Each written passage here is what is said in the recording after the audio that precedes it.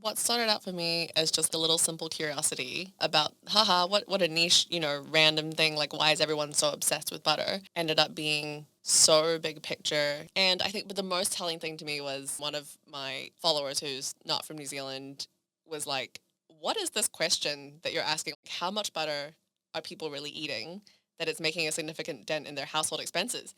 And I was like, the most in the world. Yeah, the most in the world, Like, yeah. Oh that's my how god. much.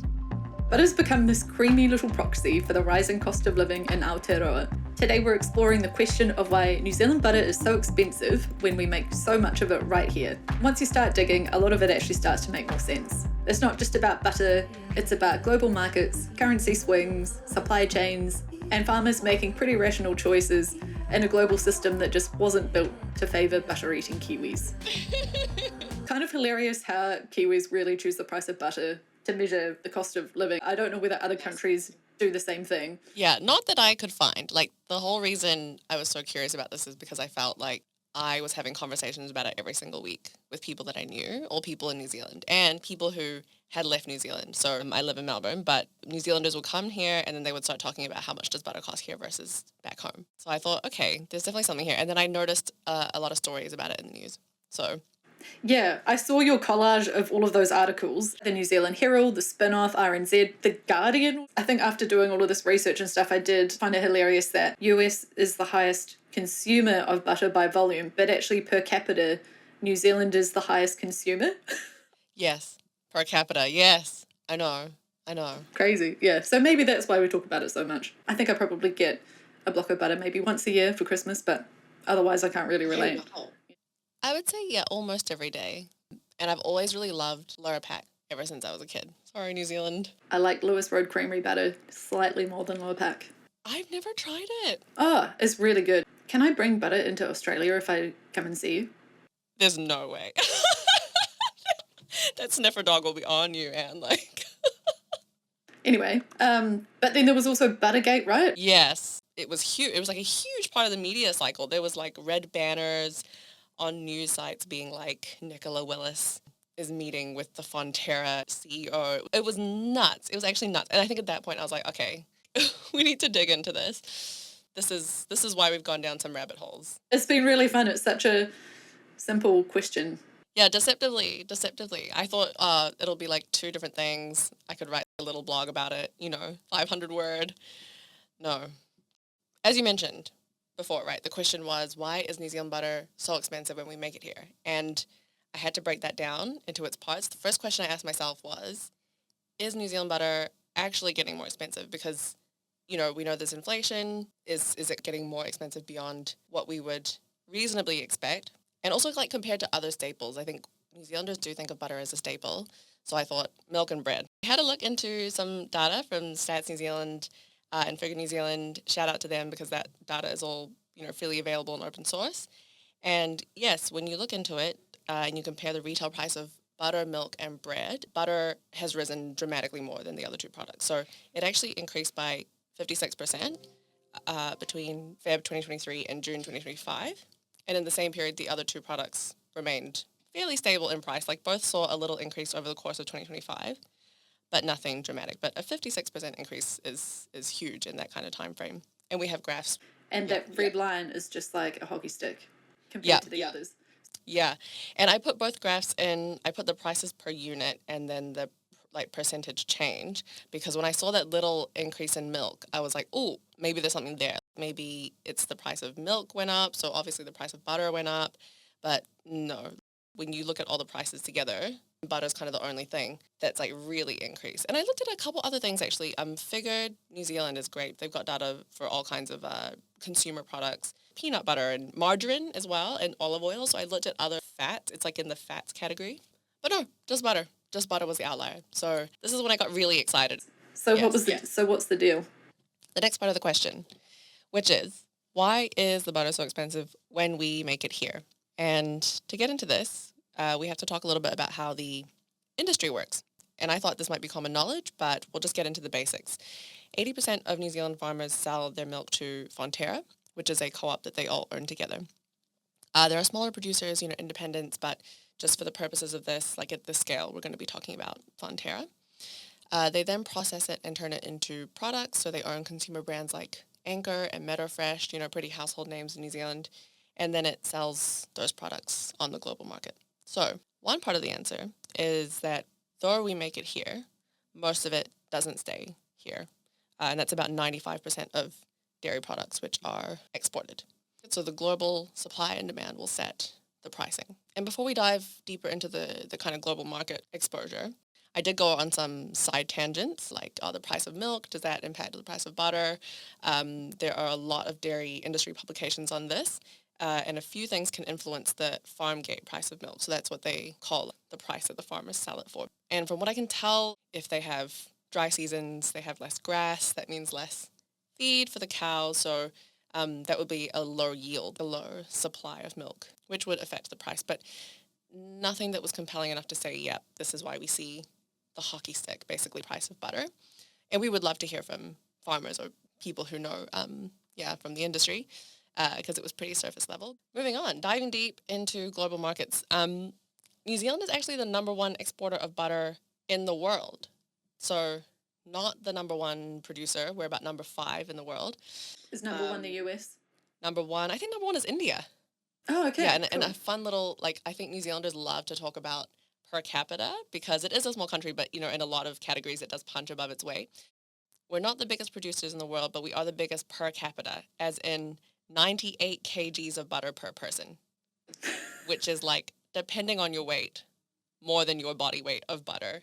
Wow. So butter is traded as a commodity, as in it's sold on a global market and not a local one. So that means that our local New Zealand prices are set based on what the global supply and demand is. Just classic globalization. Classic. And so, certain things in the global market that recently have really affected prices. One is a big spike in global demand. So, for example, markets in the Middle East and China, consensus is their economies are growing, their middle class is growing, so there's more disposable income, maybe also some changes in preference for Western foods, baked goods, things like that that have butter in them. So the biggest spikes in demand have been there. That's the context. And in terms of how it actually works, and I think you were looking into that. So in terms of how it actually works, Fonterra lists its milk products, including butter, on an auction trading platform called Global Dairy Trade, where buyers bid, and so the price is set by supply and demand at the same time. And as a side note, GDT was created by Fonterra, and it has about 2 to 3 billion USD of global butter trade that flows through the platform per year. So it sounds like a lot, and it's from all different countries, but the total trade worldwide is about 40 billion for butter, which includes domestic consumption in the US, for example. Still a big chunk though, especially when you consider that it's actually quite a large chunk of the export market. Massive. I think when I was looking into it, because 80% of the market, so you might be thinking, what about the remaining 20%? But sources from the dairy industry do say that because they're so big, it kind of just everyone else aligns their prices to Fonterra. So farmers kind of, regardless of whether they're in the Fonterra co-op, they expect that price as well. But everyone is just kind of looking at that GDT price.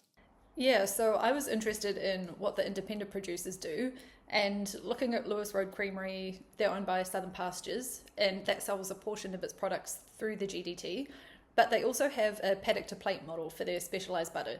So, for example, they sell Lewis Road Creamery direct to Whole Foods in the US. Love that place. So I thought that was pretty awesome. And also, in a press release that they did announcing that deal in 2022, they said, in New Zealand, the butter will be sold at a discount for domestic customers. The local RRP will be $7.49 NZ for 227 grams. In the US, the retail price is currently more than New Zealand $10. So I thought that was pretty cool. Okay, that's kind of the dominance, I guess, of the GDT in terms of the price set within New Zealand. But, we're talking about global markets as well. We do have to talk about currency. So if the New Zealand dollar is trending low, or if there is something happening with the economy, as we know it sort of has been recently, we're just going to feel it more. So over the last few years, the dollar's been going down, especially late 2025 and this year, and also late in 2022 as well. So that does also affect us. Yeah, not fun. Mm-hmm. Yeah, and I think the last point that I would make on the kind of global market and the impact on the domestic market is, even though global butter prices have fallen about 27% from their mid-year peak, so if you remember, it went up 56% over a couple of years. It's since fallen 27%. Uh, Prices in New Zealand markets barely moved. Stats New Zealand data shows that they've fallen by only 1.2% over the same period. So It's not just the global prices, yeah. from there, you kind of have to ask further questions. Like, I think we've explored a lot of reasons that, you could start to explain the price of butter. But in New Zealand, of course, the big elephant, or the big two elephants, I guess, in the room is the supermarket duopoly. So that latest Commerce Commission grocery report from 2024, which came out last year, still said that the duopoly still has 82% of the market. And you compare that to Australia, which there's still a duopoly, but it only makes up like 67% of the market. Yes. For anyone that's outside of New Zealand listening to this, it's been a massive talking point for quite a while here. So the drama is, in 2022, the Commerce Commission released this report that was a market study into the retail grocery sector. They found that a duopoly exists, so Foodstuff and Woolworths, and they said if competition was more effective, retailers would face stronger pressure to deliver the right prices, quality and range. They noted that there were higher prices for grocery in New Zealand compared to international standards. They noted that there were high barriers to entry for new competitors to enter the market, including things like land banking and restricted covenants on land. And they also found that the profitability of those companies was higher than expected in a what they called workably competitive market at about 13%, which they said was above the 6% that they deemed a normal New Zealand return. That would indicate higher markups to the consumer than needed. But I also saw that the report said the three major grocery retailers' profit to sales margins are broadly consistent with a sample of overseas grocery retailers, which is interesting. And so maybe that's not the complete answer. In 2023, the government and the opposition worked together on what had come out of that report to release the Grocery Industry Competition Act and appointed a grocery commissioner, Pierre Van Heerden. And that act was made to ensure fair conduct, increased competition, which is one of their main goals, and I'll come back to that when I was talking about the grocery retailer profit margins, and a code of conduct with suppliers. But interestingly, when you look at whether that's actually done anything, that latest report that came out last year only found a 2% decrease in the duopoly market share over the last 5 years. And most of that was because Pack and Save gained 2%. So one of the main conclusions out of that report was that we need another international player as a third player. But Van Heerden did this great podcast with interest.co.nz in 2024 about this. He said, what we've been told by these players is when they come and they want to open up a large store in New Zealand, the cost to get a spade in the ground is double of that of Australia, and so is the time frame. And so the business case just isn't there for them, which interestingly I see is kind of happening with data center investment as well. Like AWS opted to rent buildings for their data centers rather than build because it was too expensive. So maybe the duopoly is a factor, but if the profit margins that the international guys expect is the same as what the duopoly is getting anyway, then aren't the prices going to be comparable anyway? And also if we're not an attractive market to them because we're expensive to set up in and we just don't have the demand, like we're a small population, then it might not happen anyway. So yeah, it's an interesting situation. That's so interesting. And I love that you bring up the comparison with Australia because it's the same it's the same situation with two big players, and people, like, it's such a big problem here. People complain about it. It's in the news all the time. But when you look at the difference, 60-something% versus 80-something%, and Aldi is here, and Aldi is huge. I love Aldi. Okay, shout out to Aldi. But yeah, you do have to think, what is the selling point, for setting up in New Zealand? Yeah, that is just a reality.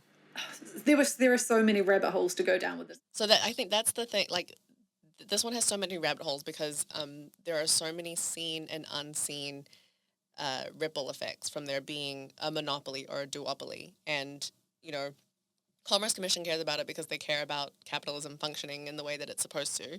And without that competition, there are just so many market failures can happen. You have nepotism. You have like all of these other things that kind of come up. So I think this is probably the one that I spent the most time rabbit holing in. Me too. Yeah, because this is when it was really like, ooh, it's not just butter. Well, bringing it back to butter, I think you asked this question actually, like how do they buy the butter? Both of the big two in New Zealand, Foodstuffs and Woolworths, lock in their butter supply contracts on a quarterly basis. So one of the reasons that's been suggested, and I think this was suggested by someone from the dairy industry, is that they might actually still be moving stock that was purchased at that higher price. So that's just linking back to the, like, the global prices have fallen, retail prices might not have fallen. Interesting. So secondly, on the theme of that domestic retail, is the supply chain complexities. So the Commerce Commission found that in New Zealand, we've got a really small population, everyone's really spread out over much longer distances, which means more expensive distribution. And it's not just the inefficiency in terms of getting the actual butter to people in all these random locations that are actually quite spread out when you compare New Zealand to like the UK or the US. But it's also the economies of scale. Like we're just smaller. Yeah, so it just adds another layer. Maybe we should just start buying from the farmer's gate, or I did that once. I remember going to a farm in Nelson at one point and filling up a milk bottle there from this thing on a dairy farm. Yeah. Did you know you could do that? Yeah, we just rocked up and it was almost like a vending machine. I was thinking at the time, is this pasteurized? I actually don't know. I have no idea. But it tasted good and it was a fun experience. I mean, yeah. So I heard that you talked to a few people about what they were doing about this price of butter. Yes. Do you want to talk about that? I was already having a lot of conversations with people, and then I thought I'm gonna take it further and just kind of survey people. We can share the kind of responses in full, but just a little selection. A lot of people will just buy the cheapest brands, like they used to splash out on the Lewis Road, but now they just buy the kind of budget brands. In Auckland, actually, you can buy cheap butter from Costco. So that's a little life hack for you if you live in Auckland. People just use less butter. A few people told me that they were replacing butter with lard came up. Oh, God, okay. Yeah. Some people also would blend their butter with seed oils. A few of the bakers in the mix told me that they just use cheaper butter for baking, and then they would use nicer butter if it was on toast or if they wanted to taste it. 2 people told me they stole butter. God. And I mean, look, we don't judge. And I think, but the most telling thing to me was there were kind of all of these different responses from various New Zealanders. And then one of my followers who's not from New Zealand was like, what is this question that you're asking? Like, how much butter are people really eating that it's making a significant dent in their household expenses? And I was like, the most in the world. Yeah, the most in the world, yeah. That's how much. Wow. But yeah, I mean, people just kind of make do, I think. Not that many people said, oh, I've given it up altogether. One of the questions that I also had was is New Zealand unique in this? And again, just the surface level, maybe that the scale of the increase, that 56% increase was unique, but a lot of other countries that produce butter had experienced spikes in butter costs. But I think the thing that's really interesting is that attitude that New Zealanders have towards butter. Just kind of feeling like we make it here. It's our birthright, where's my 98 kgs? Yeah. I was talking to someone at work about this and she was like, yeah, but it's this feeling that we support them and farming takes up a lot of our land. I also had a friend say that expectation comes from the wide-reaching environmental cost of farming, the cost of cleaning it up, the water pollution because of it, the health issues it causes. And I know that's not under the banner of why New Zealand butter costs more here than it does overseas, but I think it's really important to say because it's so front of mind for us. And it's a completely valid reason for Kiwis to be so passionate about the price of butter and dairy. It would be great to dig into that topic at some point, not just for the dairy industry. Okay, so now we've got to figure out how to sum this up. Okay. Yeah. So we've got the global market exposure, which means that we compete for price with the whole world. The New Zealand currency is obviously weaker, and because we're bidding against other currencies for that bloody butter, it's going to increase in price. And it's the guy that has just been pretty brutal over the last few years. Factor in the supermarket duopoly, less competition, potentially higher markups than are needed, the supply chain complexities of New Zealand being less densely populated than other countries, high costs of transport, lower economies of scale. What else? What else we got? I think just like your kind of general background stuff, some of which you've talked about, like the New Zealand dollar, but also wage stagnation. That's so true, There are yeah. a lot of there are a lot of cost of living. You kind of opened with this as well, but it's like there are a lot of cost of living issues in New Zealand right now, and this has just become the proxy of like how we're talking about it. That's what you feel when you're at the checkout. Yeah, that's so true. How would you sum it up in a sentence? I feel like what started out for me as just like a little simple curiosity about, what a niche, random thing, like why is everyone so obsessed with butter, ended up being so big picture, like it was about global markets, it's about currencies, it's about what's happening in different markets overseas for their economy versus our economy, like the things that you've brought up to do with the retail competition landscape, supply chain complexities, and also we touched on it briefly, but like just farmers making choices about what they do with their product. Like that is how they make a living, and they're going to have to make choices about where they sell.